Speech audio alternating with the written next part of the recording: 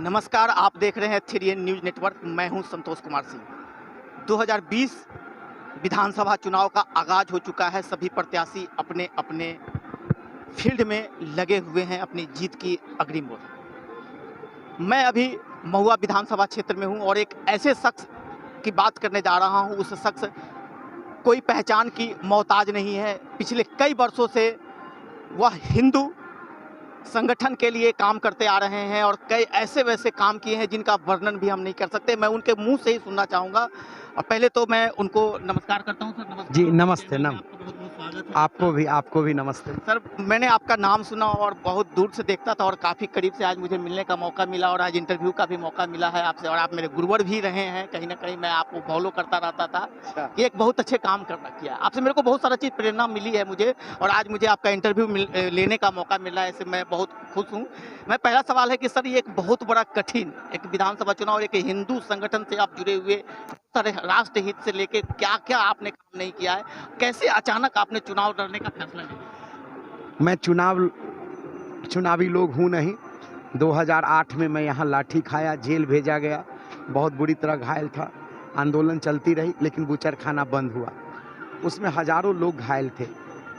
उसमें से सबकी आवाज़ थी कि 2 वर्ष के बाद चुनाव है, आप लड़िए। हमने कहा ना। चुनाव का जब समय आया, नामांकन के समय सीमा समाप्त हो रही थी, मैंने इनकार कर दिया। तब वो लोग बिलानपुर कोल्ड स्टोरेज में अंतिम बैठक गुपचुप किए, मुझे बुलाए। मैंने देखा ये महुआ के लोग हैं। जब मैंने अंतिम बार भी कहा चुनाव नहीं लड़े, तो वो अपने शरीर पर केरासन तेल 2 कार्यकर्ताओं ने छिड़क लिया। परिस्थितियां ऐसी हो गई कि सब लोग रोने लगे और मैं मजबूर होकर के चुनाव लड़ा। पहली चुनाव में 3890 यानी 4000 वोट आया था। लेकिन 2015 में जब चुनाव लाया तो लगभग 4 चौका 16,000 आया। और अब 20 में जो उम्मीदें दिख रही हैं कि वो 16 चौका 64,000 में बदलेगा। सर, यहाँ से राजद के भी काफ़ी भावी उम्मीदवार हैं। एनडीए जो यहाँ के अपना जदयू से भी हैं। और क्या लग रहा है आपको कि क्या इन लोगों के बीच कितना कठिन है आपके लिए सर ये सब? जी, ये लोग धनबली हैं, बाहुबली हैं। कुछ लोग तो भ्रष्टाचार अलकतरा घोटाले का पैसा पा करके चुनाव लड़ रहे हैं। अब उनके सामने तो मेरे पास पैसे हैं नहीं, और मैं पैसे में कहीं नहीं टिकता। हमारे पास केवल जनबल है और उस जनबल के आधार पर हम चुनाव के मैदान में हैं। लेकिन सर, जो ये आज का जो माहौल है सर, ये हर चीज़ चाहिए, छल पट सर नेता के अंदर वो होनी चाहिए जो आज के डेट पे जो इनको चाहिए सत्ता। सर, इस भीड़ में सर आप कैसे सर झेल पाएंगे इनको? पिछली बार भी बड़े बड़े पैसे वाले लोग निर्दलीय या कई छोटे छोटे पार्टियों से आए, करोड़ों खर्च कर दिया। 3,000, 2,000, 4,000। नागमणि जी को 1200 कुछ वोट आए, राष्ट्रीय नेता हैं। उस बीच में एक गरीब को बिना पैसे का यदि लगभग 16,000 वोट आते हैं तो ये आत्मबल बढ़ाता है। सर, रहने वाले तो वैसे आप राघोपुर क्षेत्र से आते हैं और एक खिलवत से आते हैं। राघोपुर विधानसभा हुआ और महुआ विधानसभा से आप चुनाव लड़ रहे हैं सर। एक बहुत बड़ी बात होती है सर कि एक क्षेत्र से दूसरे क्षेत्र में जाके पहचान बनाना। खैर, ऐसी आपकी पहचान के तो आप मोहताज नहीं है। आप ऑल इंडिया लेवल पे जो है आप कार्य करते रहते हैं राष्ट्र हित में। मैंने देखा है आपको कि किन्हीं को ब्लड की जरूरत हो, शिविर लगा के ब्लड देना, या आए दिन लगाते ही रहते हैं, ऐसे कार्य करते रहते हैं गरीब गुरबों के भी। किसी भी समय आप किसी भी समय, अभी सर थोड़ी दिन पहले भी मैंने आपको देखा है कि एक प्रशासन के द्वारा आपको जेल में डाला गया था। सर, उसकी क्या वजह? वो प्रशासन द्वारा जो जेल में डाला गया, उसके पीछे यही कारण था, वो घबराए हुए लोग हैं। धनबल है लेकिन जनबल नहीं है। कई बार आप सर जेल जा चुके हैं सर? मुझे अब याद नहीं है, लेकिन लगभग 10 बार से ज़्यादा गया हूँ।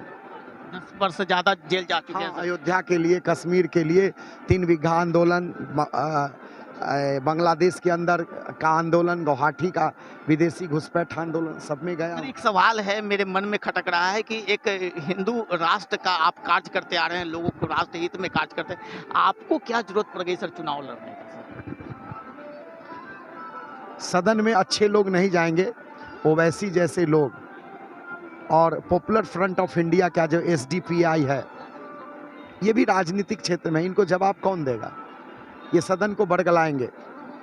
क्या लग रहा है आज की जनता किस तरफ रुख ले रही है? जनता जमीनी लोग को खोजती है। कुछ ऐसे जनता हैं जो खाओ पियो हैं, उछलम कूदम जय महमूदम, ऐसे भी लोग हैं, लेकिन उनका अभी भी भारत में कम है। कठिनाई हम लोगों को होती है, लेकिन इस कठिनाई में से ये सारे अच्छे लोग हैं यहाँ, और अच्छे लोगों की ताकत पर हम इन कठिनाइयों को पार कर जाएंगे। लग रहा है कि सर इस बार जीत हासिल होगी। हम होंगे कामयाब एक दिन, मन में है विश्वास। इस बार क्या लग रहा है? निश्चित रूप से 4,000 से 16,000, 16,000 से 64,000, मतलब 4 गुना बढ़ोतरी हो जी, सकती जी, है जी। और जीत आपकी निश्चित है। जिस हिसाब से लोगों का भीड़ है, जिस हिसाब से जन का समूह का समर्थन आपको मिल रहा है और आप जिस तरीके से कार्य करते आ रहे हैं, आपके जैसे लोगों की वाकई में आज के डेट में ज़रूरत है। लेकिन ये कहीं न कहीं लग रहा है कि जनता जो है आज के डेट पे भावनाओं में बढ़ के जो नेता व्यापार कर रहे हैं, जो उस पर सर आप क्या कहेंगे? इन व्यापारियों को लोग समझ गए हैं, नोट से टिकट, टिकट से वोट, वोट लेके फिर कमाना है नोट, तो नोट से वोट, वोट से नोट, ये जो इनकी यात्रा है ये अब जनता समझ रही है। अन्यथा जो लोग महुआ का मुंह नहीं देखे, जनसेवक बन के आए, ऐसे रंगदार लोगों को जनता अस्वीकार कर रही है, और उसी को अस्वीकार करने का परिणाम है कि भारी भीड़ हमारे साथ जुड़ रही है। देखिए, यादव समुदाय से आते हैं, एक सवाल है मेरे मन में और भी खटक रहा है कि यादव समुदाय से आप आते हैं और यहाँ पे यादव से ही जैसे आरजेडी का जो गठन हुआ और सबसे ज़्यादा लोग उनके तरफ झुकाव कर रहे हैं, महागठबंधन की ओर जा रहे हैं लोग। सर इस पे कितना क्या लग रहा है कि आपको किस तरीके के लोग आपको सपोर्ट कर रहे हैं? नहीं, आपका प्रश्न यादव से है, एक जाति से पूछ रहे हैं। जाति मैं- पे बिहार में ज़्यादा हाँ हाँ ठीक है, मैं ब्राह्मण से शुरू करता हूँ। आप एक ब्राह्मण बता दीजिए जिसने जातिवाद करके रावण को अपना महापुरुष माना हो। आपने सुना क्या? नहीं, ये तो रावण इतना महाबली ज्ञानी, उसको तो राक्षस बता दिया ब्राह्मणों ने, और संदेश दिया कि गलत गलत है और अच्छा अच्छा है। तो फिर यादव के अंदर भी अच्छे लोग हैं ना। कंस कौन है और कृष्ण कौन है? दोनों एक कुल में है, मामू भगना है, दोनों यादव हैं। लेकिन लोगों को नेगेटिव सर ज़्यादा लोगों को पसंद आता है ना, तो जल्दी alert होते हैं। अगर ज़्यादा निगेटिव होता तो धरती खत्म हो जाएगी।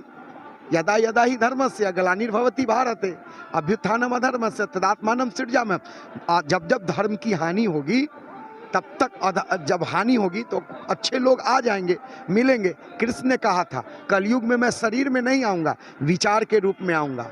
मैं किसी के मस्तिष्क में प्रवेश कर जाऊँगा और उसका जो काम होगा उसमें मैं रहूँगा। आज जो है ये जो देख रहे हैं, कृष्ण की अंतिम वाणी थी। मरते समय उन्होंने कहा था, कृष्ण सखियों ने पूछा कि कृष्ण अब कैसे आओगे आप? बोला अब मैं संगठन के रूप में आऊँगा। उनका अंतिम सूत्र है, संघे शक्ति कली युगे। आज ये संगठन की शक्ति है। हिंदू जागरण, राष्ट्रीय स्वयंसेवक संघ, विश्व हिंदू परिषद, बजरंग दल, स्वदेशी जागरण, भ्रष्टाचार उन्मूलन कमेटी, ये जो समितियां हैं, इसी में कृष्ण की मस्तिष्क है, कृष्ण की आत्मा इन संगठनों में है जो काम कर रही है। लग रहा है कि इस बार आप विजय हासिल करेंगे और जो ज़रूरत है यहाँ के लोगों का और जो ये नेता जो व्यापार करने पर लगे हैं उनको आप टक्कर दे पाएंगे? निश्चित रूप से यहाँ रेल की लाइन, इंजीनियरिंग कॉलेज, हाथों को रोजगार, भ्रष्टाचार उन्मूलन, सड़कों का अगर निर्माण करना है तो वीडियो सीओ बैठ के नहीं पास करेंगे।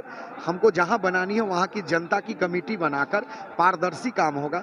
1 रुपये न लेंगे और न किसी को लेने देंगे। यहाँ से जो सिटिंग विधायक थे तेज प्रताप यादव, जो लालू के बड़े बेटे थे, वो इस बार क्यों यहाँ से हसनपुर अपना विधानसभा चेंज कर लिए? क्या वजह है? अब तो ये वही बताएंगे ना।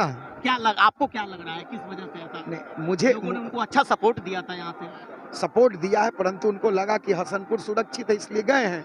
लेकिन उन्होंने यहाँ कम से कम मेडिकल कॉलेज दिया है और वो चले गए। तो मुझे लगता है कि लोगों ने कुछ हल्ला किया उनके पारिवारिक विषय को लेकर के, कि जो पत्नी को नहीं संभाले वो विधानसभा को क्या संभालेंगे। तो ये उनका निजी मामला, उस पर मुझे कुछ कहना नहीं है। मतलब यही एक वजह रहा है कि उनको अपना विधानसभा क्षेत्र बदलना पड़ा। ये तो आप बता रहे हैं कि यही, मैं कह रहा हूँ वजह ये भी तो यही रहा है। नहीं, ये हो सकता है कि उनको ऐसा लगा होगा, परंतु निजी विचारों में नहीं पड़ना चाहिए। अब पति पत्नी के अंदर का जो रिश्ता है, किन बातों से खटपट हुआ, ये तो या तो ऐश्वर्या बहन बता सकती है या तेज प्रताप भाई बताएं। आज के डेट में क्या लग रहा है सर कि राजनीतिक के जो गुरु हैं आज के डेट में, जो मठाधीश हैं, जो अपने आप को सत्ता के सुख भोगने के लिए जनता तक जो नहीं वो ऐसे शब्दों का इस्तेमाल कर रहे हैं, आपके पास सर क्या ऐसा मिशन है महुआ के लिए? महुआ के लिए एक है, भावना के रूप में राम चाहिए, पेट भरने के लिए रोटी चाहिए, राम रोटी दोनों चाहिए। और इसके बिना शरीर को संतुष्टि नहीं है।